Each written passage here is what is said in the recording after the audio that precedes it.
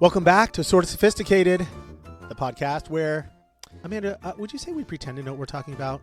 But like sometimes we know what we're talking about, but most of the time we're just pretending we know what we're talking about? I mean, I think you actually learn before we pretend like we know what we're talking about. Yeah, but there's some stuff where we actually know the subject. Like we know the topic, right? Like the Tour de France. I mean, like I know that topic. We could get like real deep and theological. Like, how do you know that what you really know? Oh, you just blew my mind. I don't know. We just mic dropped there. I don't know. But the idea anyway is that you're right. We come prepared and we know what we're talking about. I don't know if that's today. We research enough. Hopefully that's today. I think, yes.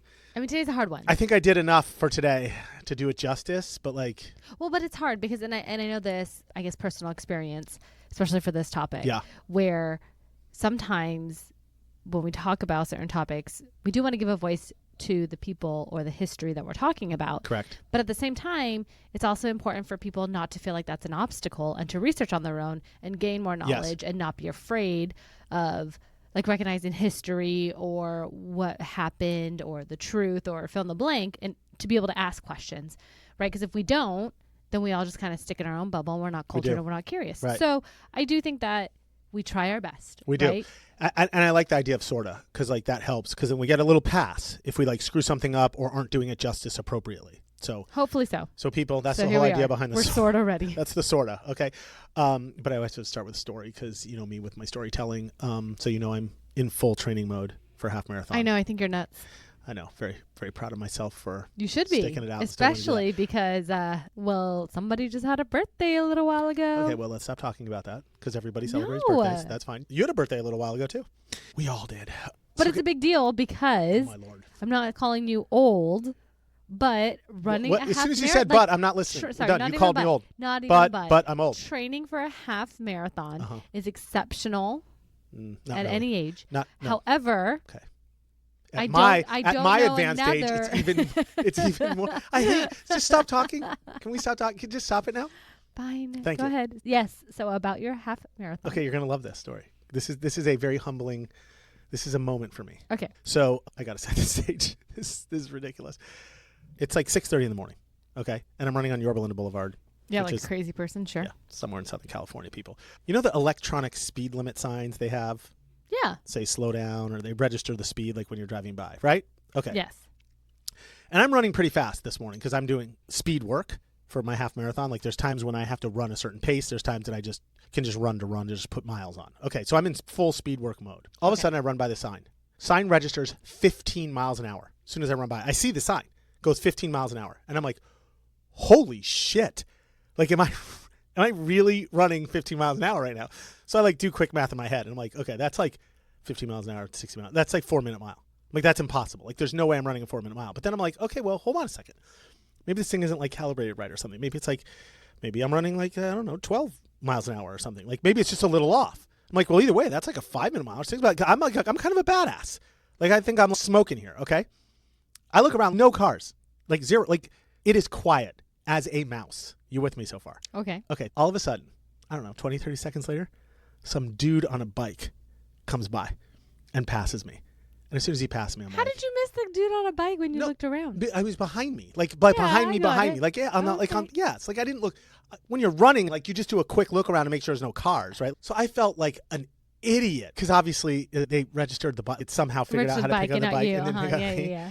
And I felt like this small. It was terrible, but oh well. I'm still a fat loser, but you were not a fat loser. Feel good. That I still think you should take kudos. And for the record, I was probably running like 7.5 miles an hour. I mean, which is nowhere near 15. Better than I can run. Amanda, for that split second, I was on top of the world. Listen. On top of the world. I think you should flex all the time. Okay. Because flexer. I am a jogger. Not even. I am a speed walker. Yeah. Not even a professional one. Good for you. But just a speed walker. Right. And you're a runner. Well, I'm hoping that this topic doesn't have to do with me running. So it's not like about maybe like a band with fast music to help me keep my pace, but more like couch potato status. This is totally. Can we get that? It is full on couch potato. Is it? Good for you. You read my mind. All right. You ready? I am. Today's topic is called officially. I like doing official drops. Yes. Chief of War, the rise and fall of Kaʻiana, Hawaii's rebel chief. I started watching it on Apple TV like a few days ago. I'm totally hooked. Jason Momoa. Actually like couch potato stats. Let's go. It's big. It's Jason. It's our man, Jason Momoa. Yeah, Okay. total badass. Bringing history to life by killing people. So is it kind of like... Which you know are two of my favorite things. Sorry, what? It is. But is it kind of like Alexander? It's exactly like Alexander. Oh. It is exactly the like... way I like to learn about history. Absolutely. Here we go. Yes, Okay. this is why we're doing this topic. Okay. True story of Kaʻiana, this Hawaiian noble in the upper class during pre-unified Hawaii. And I totally just started it. And do you like it? Here's the thing. You know I love it because anything based on a true story that's based in any sort of nonfiction is absolutely my jam. So when those things come together, I am a shitty critic.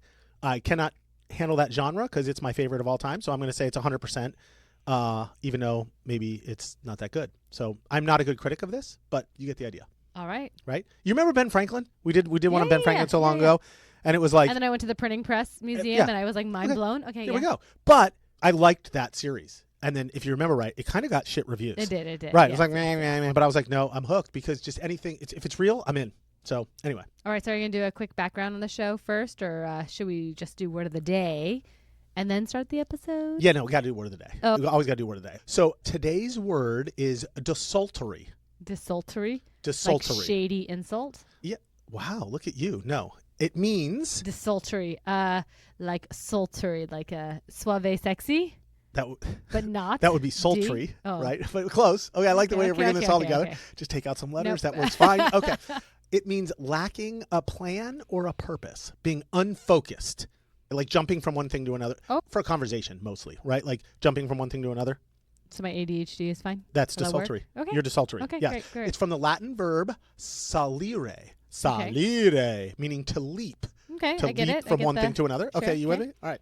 So, I mean, Let's go. can we just say that this whole episode is very desultory? This whole podcast is very desultory. I'll one up you there. Okay. Okay, fair. Absolutely. All right. Well, then I guess now that we have our word of the day, we're going to start with some history. Yes. Bank All word right. of the day. Be ready to go. Okay. Banked. I'm expecting $1 from you today. All right. Here's the deal with Kaʻiana. All right. He wasn't just some background warrior dude guy. I know when you think of Hawaii, everybody thinks of King Kamehameha, right? But this guy was legit. As important in Hawaiian history as Kamehameha. But me being white American guy, it's, I just know King Kamehameha, right? So We're taking it a step further because we did do an episode about Lakuakoa. Yeah. Yes, Hawaiian Independence Day. Look at that. Yeah. So yeah. we're going to talk about Kaʻiana. a step further. Yes. A step further. Yeah. Here Okay. we go. So this guy he wasn't just some random dude like commoner peasant guy. He was born into Hawaiian nobility. Like this guy was legit. They call that ali'i. He was born into the ali'i, or like the ruling class or the nobility. Top tier guy. Okay. Super powerful family in Kauai, actually, is where he was born.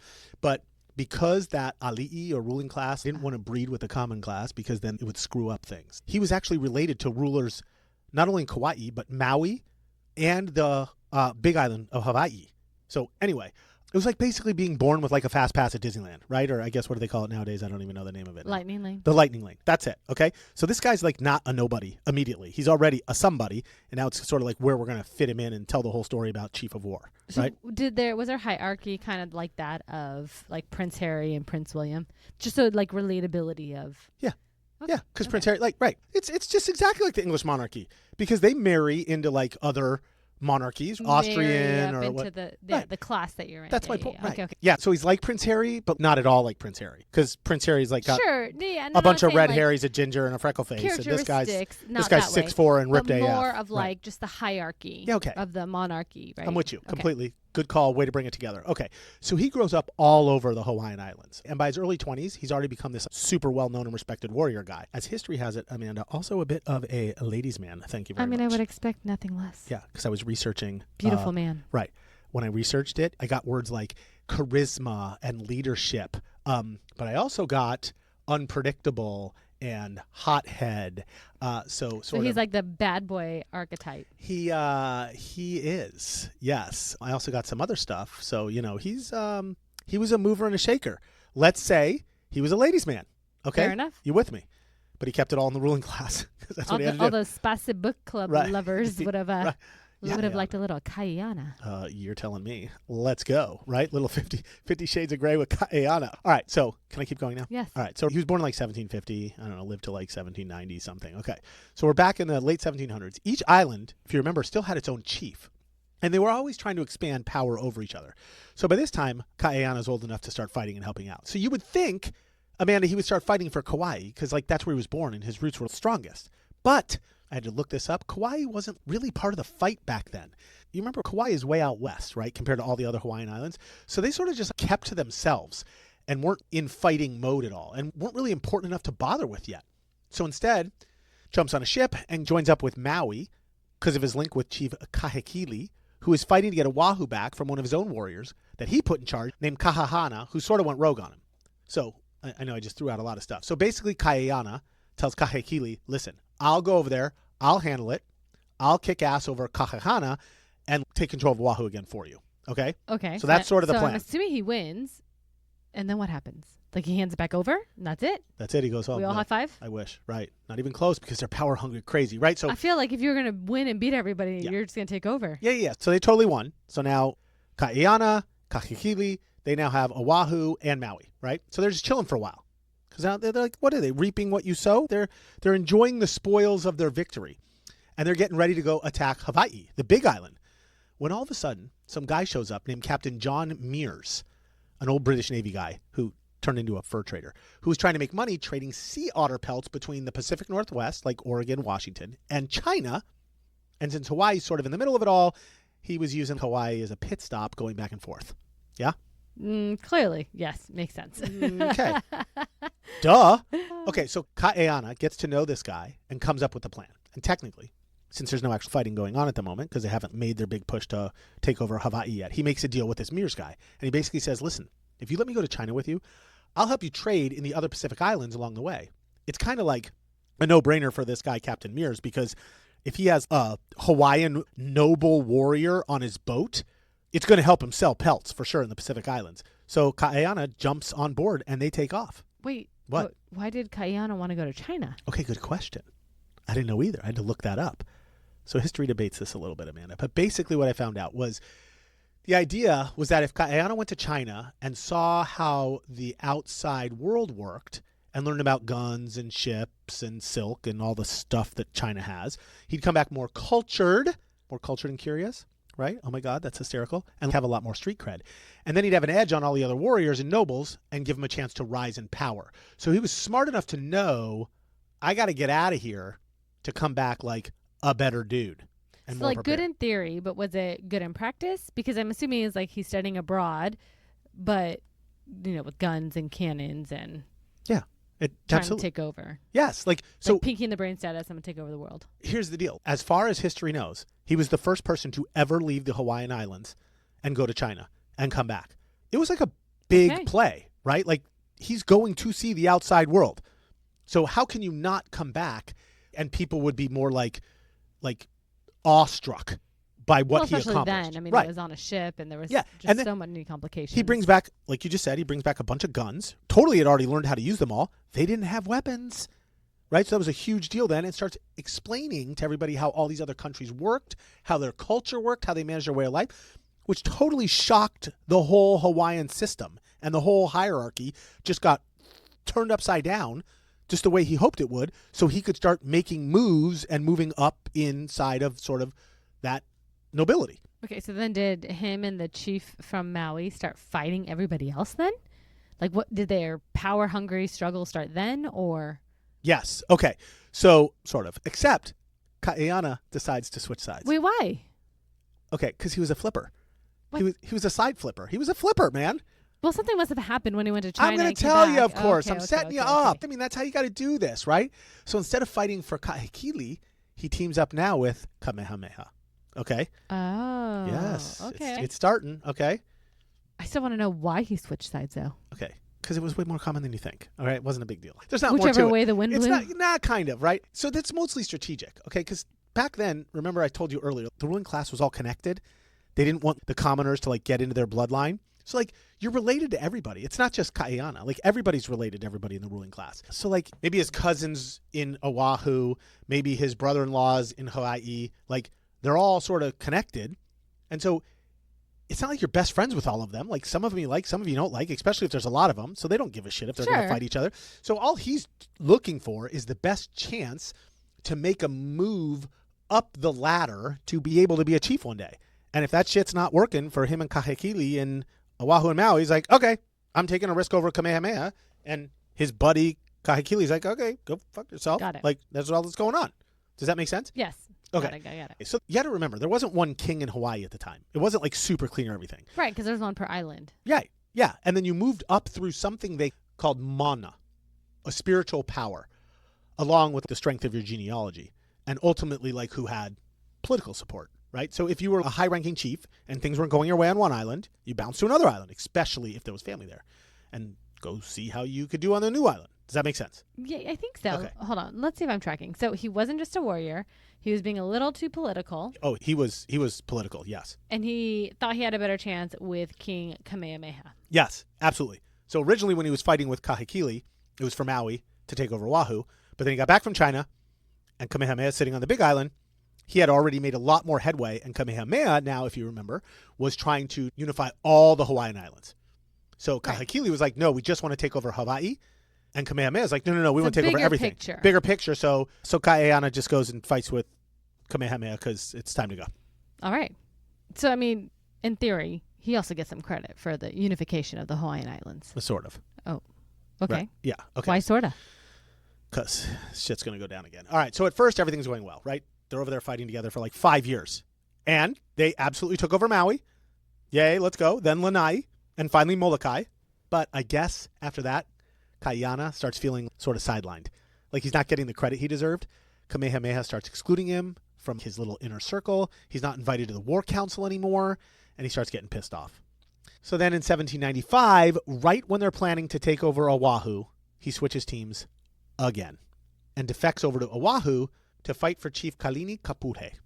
Wait, so hold on. That's like the third time he switched teams. And I guess I get it. If he's getting... I told you he's a flipper, man. Yeah, but I guess he had something that he was eyeing, right? Each time that he tried to conquer an island. Just was trying to be a chief, man. man. To the next one. Just trying to be a chief. What do you want me to do? But that kind of like brings up a question then. What? So what happened with King Kamehameha? Why did he change his mind about Kaʻiana? Like the guy brought him weapons. He did. Right? I know. Helped him win battles. Yes. And now he's excluded from the war council. So I feel like something had to have gone down in order for King Kamehameha to... I didn't find like a ton Really? on that. Yeah, Huh. nobody knows for sure. Whatever happened, it was like obvious. I wonder if there's something there in like folklore. We'll have to ask around. Okay, so like working theory. I did find working theory, but it's not like official history, right? Said that Kaʻiana just straight up got too powerful for Kamehameha. So he was like a little worried. Yes. By this time, Kaʻiana had his own army, had his own followers, and he wasn't low-key about it at all. So he didn't have his own island, but like shit was getting serious. Yeah, people respected him and supported lot. him. And so Kamehameha was like, I got to do something. Yeah, this is dangerous. Yeah. Yeah. So, and maybe in retrospect, that wasn't the right thing to do. Maybe if they would have stayed together, like it would have been awesome. I don't know. But yeah. All right. So then what happened? Okay. So they start fighting, right? And it turned out to be the bloodiest and most legendary battle in all of Hawaiian history. This is Hawaii versus Oahu. This was it. This is known as the Battle of Nuʻuanu. It's Kamehameha against Kaʻiana and Kalani Kapule, the chief of Oahu. Cannons, guns, everything. This was not old style fighting, okay? This was like serious new style fighting. Thank you, Kaʻiana, and all of the way. Yes, right? Okay. Ultimately, Kamehameha and his men fight all the way up the Nuʻuanu Valley and shoot and kill Kaʻiana. Super sad. So sad. I know. And literally after he died, Oahu basically gave up. And fun fact, well, okay, it's not even really a fun fact. It's a sad fact. Literally, Kamehameha's warriors pushed the remaining Oahu warriors up the valley toward the Pali and forced them to basically either get shot or stabbed to death or jump off the cliffs. It was totally terrible. So tragic. I know. And that cliff where they all jumped from is now called the Nuʻuanu Pali. And people say when you go up there, you can feel the weight of history. Hollowed ground for sure. Oh, I believe it. I know. It's amazing. But it's also really ironic that Kaʻiana died helping to defend the island that he once overthrew. Yes, very full circle. Kind of wild, kind of weird stuff. Yes. Didn't you just tell me like last week you finally visited the top 5 like most hollowed places in the United States? I did. Is this one of them? Yes. So you just called me out. I have not visited this one. So is this number 6 or is it in the top 5? Well, for me personally, because I love Hawaiian history, this would be top 5. And it's embarrassing that I didn't know about this until like I started researching it. So how many times have I gone to Oahu in my life and have not gone to see this? A little embarrassing. So I will say I saw the top 5 most hallowed places for white people history in the United States. And I should go see this because I would say this is for sure in my top 5. Yes, absolutely. Well, Hawaiian trip in your future. Let's go. Check that. Added to the bucket list. No, because that's probably amazing. Like when you think about that, like I don't know about you, but my brain just melts when I have to think about what people had to do. Whatever. Don't get me started. It's sad. It is. Yes. It's very sad. Yes. So I know that we probably already can deduce the answer to the question, but I know we always try to figure out or talk about why it still matters today, because we always want to help our listeners see how everything is connected. And I think most of us can, right, see how it is. Yeah. But instead of the whole history repeats itself or how important diplomacy is, why should we care? I mean, as one person, why should we be telling our kids about this important person? Ooh, I like this. This is a good spin on the why it still matters topic we like to bring up. I think I'd probably tell my kids this story is more about an ego than anything else. Because think about it, right? Whatever happened, I wasn't there. But somehow I would say, like we were talking about, Kaʻiana got booted from Kamehameha's inner circle and was pissed and then went big. And I mean, that super bold move, right? More power to him. But it's sort of the price you pay for having a chip on your shoulder. I want to be clear here. I'm not Monday morning quarterbacking anything. I have no idea. This guy was way smarter than I'll ever be. But if you just ask, why my kids care about this? I think I'd say practice patience. Be relentless in trying to keep lines of communication open and relationships open. If you don't, your ego can get in the way, and you should make sure you have someone checking in on you and your ego. Because maybe Kaʻiana would have died either way. I don't know. But he could have also maybe been one of Kamehameha's greatest advisors and ended up succeeding him. So who knows? Maybe he would have been so awesome the U.S. would have never took Hawaii. I don't know. But my instinct says his ego got in the way. He wanted to push too hard to be a chief somewhere. And that's the lesson to learn. Pay attention to that kind of stuff. Check yourself before you wreck yourself kind of stuff. And no shade on Kaʻiana. This man is amazing. 250 years ago, 300 years ago, whatever. I don't know. I'm just a loser. That's what I tell my kids. That's the story. That's what matters to me. That's what I take away from it. Definitely a deeper spin on our normal questions. Yes, thank you. So I like that. I like it. Good job. Yes. Good job. I know I was being a little desultory. Was I all over the place there? A little bit. Okay, sorry. But now we're back on track. No, you got the dollar. Yeah. Okay, fine. Okay, well, then let's talk about the Apple TV series now, since you've started watching it. And I'm sure we already all know the answer to this, but do you like it? I love it. Totally. And it matched with everything that you researched and came across and came to learn? Is it truly... So I can't lie. I haven't watched the whole thing yet. I've watched 2 episodes. Okay, so it's probably like all other movies or TV series that are based on true stories. I'm assuming right now that they'll get all the big things right. And change some other shit to make the story better for the audience. So probably the same thing, right? I haven't finished it. But they'll keep it real.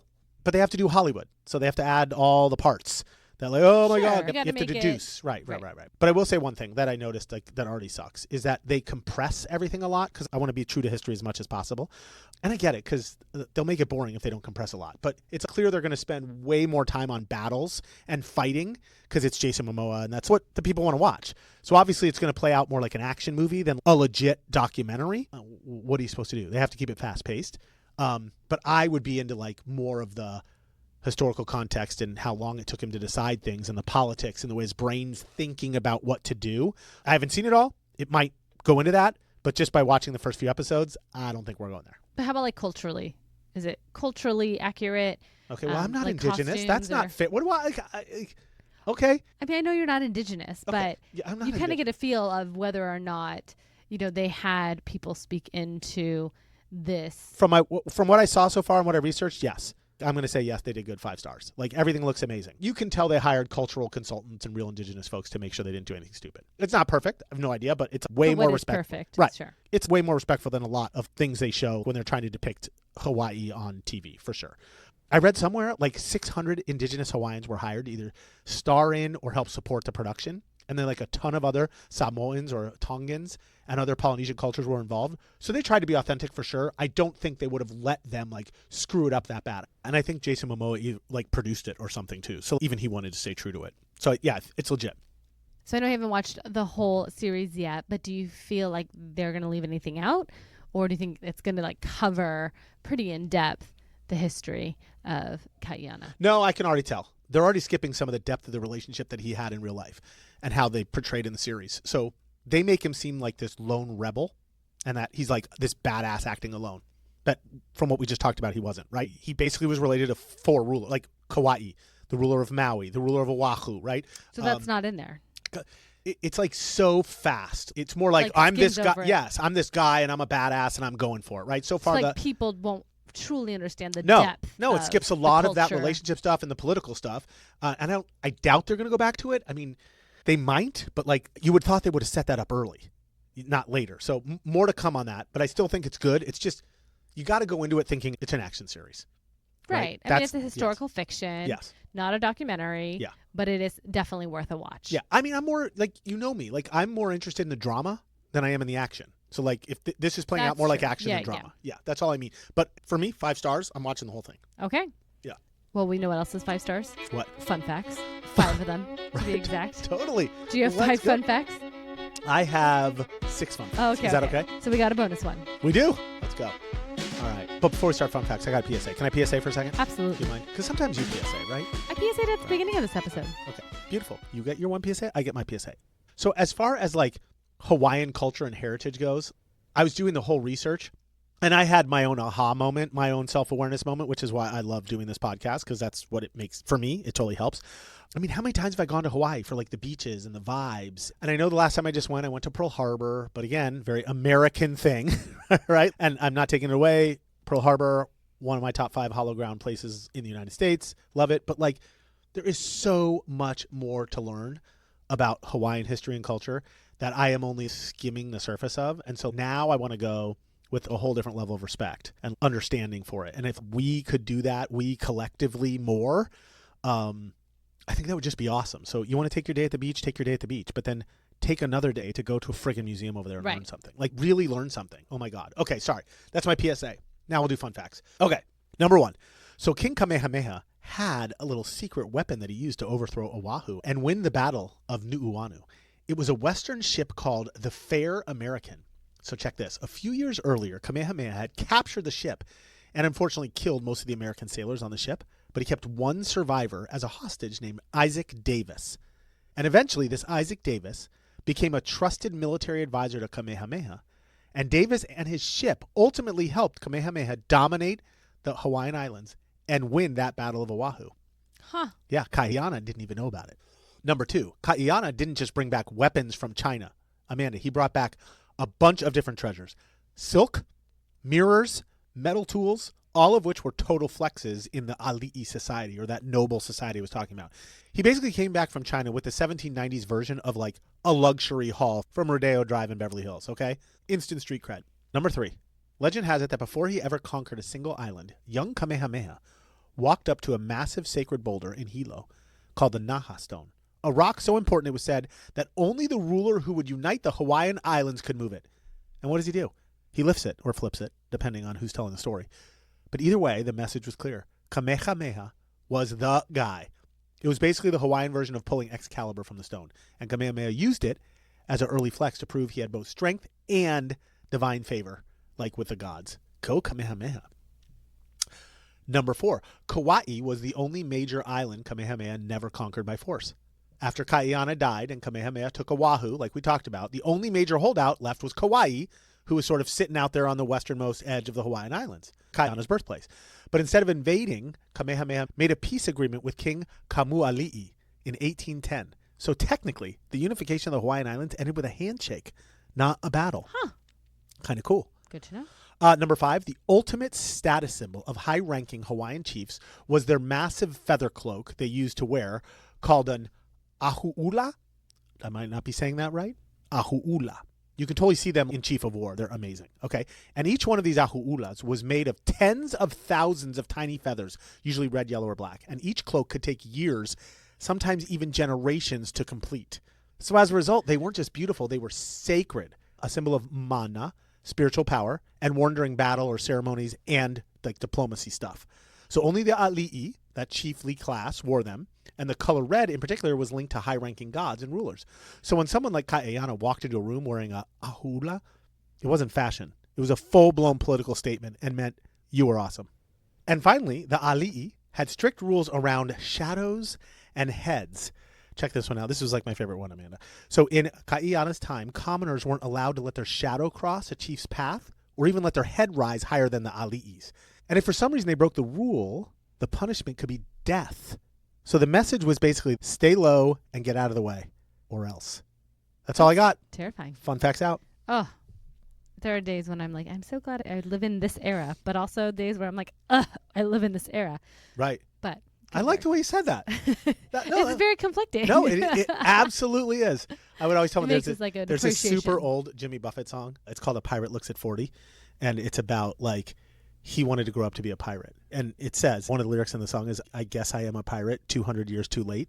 Oh. Right? My cannons don't thunder. There's nothing to plunder. I'm an over 40 victim of fate. And I always tell my kids that's me.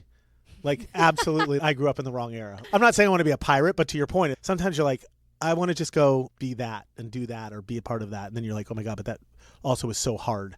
Right. And so overwhelming, but it's so much more meaningful and so much more powerful. So there's this whole juxtaposition problem I have with the whole thing. It melts my brain. But anyway, every time. I know it is. Right. Every time we learn about history.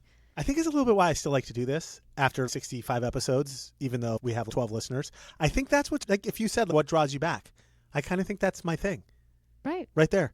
Look at that. We just boiled that down right there. I mean, I think that's been our mission statement the whole time. You know what that was again? Here we are. I'm being desultory again, yet again. That word was so easy today. Anyway. Well, I think I already know our call to action for this week. Watch Chief of War. Go watch Chief of War on Apple TV. I think we already told everyone to do that, but just like knocking that one home. Okay. But are there some bullet points that we need to remember to sound like we actually get this stuff and can talk about it with a friend? Totally. Saying, hey, have you seen this? But did you know? I'm going to do that. You want me to do that right now? I can do that for you. Let's okay. Go. But I'm adding Tell one me more. My, but I'm did adding you knows. 2 more calls to action. How's that? So the first one was watch Chief of War. Yes, first Apple one, Chief TV. of War. Next one is, if this is your jam, totally, YouTube history channels. They're the best. And there's some short ones on Hawaiian unification, Kaʻiana, Kamehameha. They go way deeper than this sort of sophisticated crap that we're doing over here. Okay, totally worth it in my opinion. I was looking up a lot of that stuff. It's where I got a lot of info. And then, of course, you know me, I go down rabbit holes. Amazing. And totally got me into this, like way more. So if this is your jam, go for it. Also, you can read either a book called Shoal of Time by Gavin Dawes, or Hawaii's Story by Hawaii's queen herself. We talked about that one. Yeah, Lili Ukalani. Yes, both have real history, real context. Yeah, we talked about it in our Lukuokoa episode. Right, I need to add it to my list. I'm going to totally do that right now. It. Continue. Yes. And if you don't want to do any of that, then just remember these 4 things to be sort of sophisticated. Here we go. First, Kaʻiana was a high-ranking ali'i born on Kauai, related to royalty on 3 other islands, and the first Hawaiian that we know of to travel to China. He came back with guns, global knowledge, and ambition, which made him more powerful and super dangerous. Second, he fought for Kahekili of Maui, then Kamehameha of Hawaii, then flipped one last time and helped defend Oahu before finally dying in the Battle of Nuʻuanu, one of the bloodiest showdowns in all of Hawaiian history. Third, that battle ended with hundreds of warriors pushed off a 1,000-foot cliff, and it was one of the key turning points in Kamehameha's unification of the Hawaiian Islands. Hallowed ground, for sure. And finally, if the series Chief of War makes it look overly dramatic, just remember the real story already had betrayal, international travel, feathered capes, and cannon fire. So no, they didn't really have to exaggerate it that much. The history of the Hawaiian Islands is just that amazing. Honestly, it's one of the wildest stories in world history, right? I mean, it's crazy. Like, anyway, don't get me going. Close this out. All right, so if you paid attention, then you've kind of completed your Hawaiian Studies 101, even if you're just going to watch the Apple TV show just for Jason Momoa's biceps. But he's buff. He's buff AF. He is. I know. There you have it, fellow listeners. We did a deep dive into the rise, rebellion, and complicated legacy of Kaʻiana. From royal birthright to battlefield betrayal, his story isn't just about one man. It's about how ambition, politics, and pride shaped the unification of Hawaii. If we've done our job today, hopefully you're walking away feeling a little more sophisticated, with a clearer picture of why a feather cape wasn't just fashion, how cannons ended a centuries-old way of war, and what happens when a warrior stops waiting for permission and makes his own moves. If you enjoyed this episode, hit subscribe, leave us a review, and pass it along to someone who thinks Hawaiian history is just a bunch of volcanoes and hula dancers. Until next time, stay curious, stay bold, and walk with a little aloha. Let's go.